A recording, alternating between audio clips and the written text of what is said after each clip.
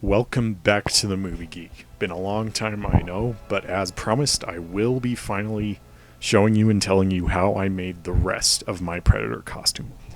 Starting where we left off, the dreads on the back of the head. To make those, I took a wooden dowel and made a tapered end with clay, attached that to the top, covered that with Vaseline, and then I took some liquid latex and mixed in some black acrylic paint to make it so that it would be dyed black so that I wouldn't have to paint him afterward. But I mixed that together, poured it into a poster tube, and then I would dip the dowel into that and pull it out, let it dry, and once it was dried, I could peel off the dread. And that's how I made the dreads. To attach them onto the back of the head, for the main ones on the top, on the outside, I took some wire mesh to give them a little bit of shape so that they would be really strong and curved at the top. And then I just cut a little hole in the back behind that ridge and stuck the wire mesh into that and then used some hot glue to secure it. For the rest of the dreads, I just kind of laid them down since they were underneath anyway and just laid them flat against the back and used some hot glue to attach them. For the dread beads, I took some PVC pipe connector couplers. I had to drill sand smooth the inner parts because they kind of had a little ridge in the middle. And then I spray painted those gold, gave them a couple of scratches, and I was just able to slip them right on. For the leg armor, the shin armor, I coated my leg with Vaseline, took some plaster strips, dipped them in water, and then laid them on my shin. And after they dried, in about 15-20 minutes, I was able to peel them off. And then I spray painted those, and I took some cardboard pieces and attached little Velcro tabs to them so that they could wrap around my leg and attach and stay on real strong. For the thigh pieces, I just took some cardboard pieces, spray painted them, and just attached that to the cloth I had. For the main body netting, I took this fish net from a party store for decoration, and just cut it into about the right shape of my torso, and then I wrapped around the edges and joined them together in the middle so that it would be one piece that I could slip my torso into. And the netting was just loose enough but also just tight enough so that it was pretty easy to get on, but it also looked pretty tight and it looked really good.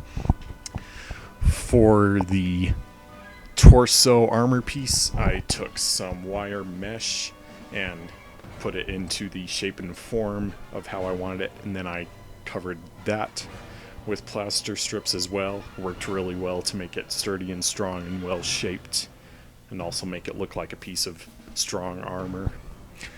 And then to make the backpack and cannon mount, I took some foam boards, cut them into whatever shapes I needed, and attached that all together with belts and other pieces, and it all fit together as one piece, just slipped right on.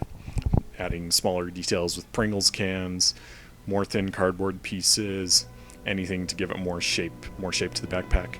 For the plasma cannon, I took a fake security camera which I got from a hardware store for about $7, and then made the cannon piece out of PVC pipe, some spray paint can lids, some more pieces of foam board, thin cardboard, small pieces of wood, just anything to add small amounts of detail. I was able to add a lot of detail onto that plasma cannon, and it looked really good. And when you put it on top of that, when you turned it on, the cannon would automatically rotate, and that was a really cool thing to have on the costume.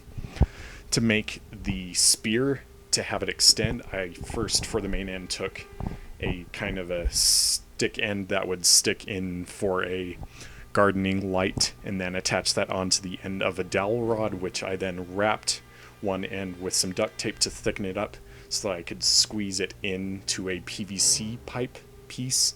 And then I took on the end of that PVC pipe piece, put some more duct tape around that, and put that inside another piece of PVC pipe, a larger one, so that I could have it double extend on either side, and adding some foam board pieces to kind of make those shapes that interlock together. To make the smart disc, I took a Tupperware container, cut the bottom off of it, used a Dremel tool to Dremel out some holes for the fingers and for the sides. But to make it expand, separate into halves like I did, I split it in half, and then took some connects pieces, a rod with 2 connector pieces that could slide along the rod, took 1 connector piece, glued 1 piece to each half, 2 of those, so that I could extend my hands and slide it across those rods. For the gauntlets, I just took some cereal boxes, folded them up around a piece of foam board, and then I could just slip my forearm into it. It worked pretty simply, pretty well. To add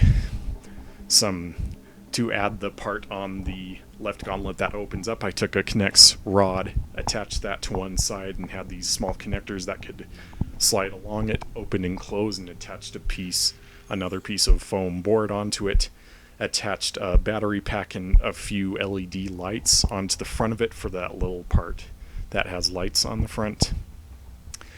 And then for some more rod pieces on the side for details, some duct tape covering a wooden dowel to add that little detail. Then I took some more cereal box cardboard, carved it into the right shape, and I would use that to cover over the battery pack and lights on top of that part of the gauntlet. And after spray painting it all black and silver with all the little details, I was able to add on to it with more smaller cut pieces of cardboard. Just looking at lots of reference images to get as much detail as I could to get it to look really well. It turned out pretty well. And then I took some black shiny pieces with some carved out symbols and could turn the lights on and you could see it through it. To have it close tightly, I took some magnets and added them onto the corners so that it would close real tightly and you could open it up. For the wrist blades on the right gauntlet, I took a fake toy knife which had a blade that compressed into the handle and you pressed a button and it would shoot out. And I attached blades onto those. The blades were thin pieces of balsa wood that I carved and then used a Dremel tool to shape down to the right shape. Made 2 of those, connected them together, and put that onto the fake blade of the knife and glued that onto the gauntlet and had that button on top so that when I pressed it, those blades could pop out a couple inches. That worked really well. And then covered that up with some more pieces of cardboard and foam board, spray painted that, and that worked pretty well too. I really like all the practical elements I was able to get into the costume. For the gloves, just taking some cool looking textured gloves I found from a hardware store, cutting out the pieces I needed where they needed to be exposed at the wrists. Took some little cardboard pieces and added those at the knuckles. For the shoulder pieces, took some more cardboard, cut them into the right shape, attached those together, and then attached those with a tube I got pretty much for junk and just attached it to the torso armor piece, and that all came together as one piece. And then you put all of that together and you get this for about $200, and over the course of a month and a half of long work in my spare time, this was my end product. And I think it looks pretty good. Hopefully you like it. If you are still watching, I thank you. I know I don't post videos that much, but I will post them when I get around to it. Thank you for watching, and hopefully I will see you again sometime in the not too distant future.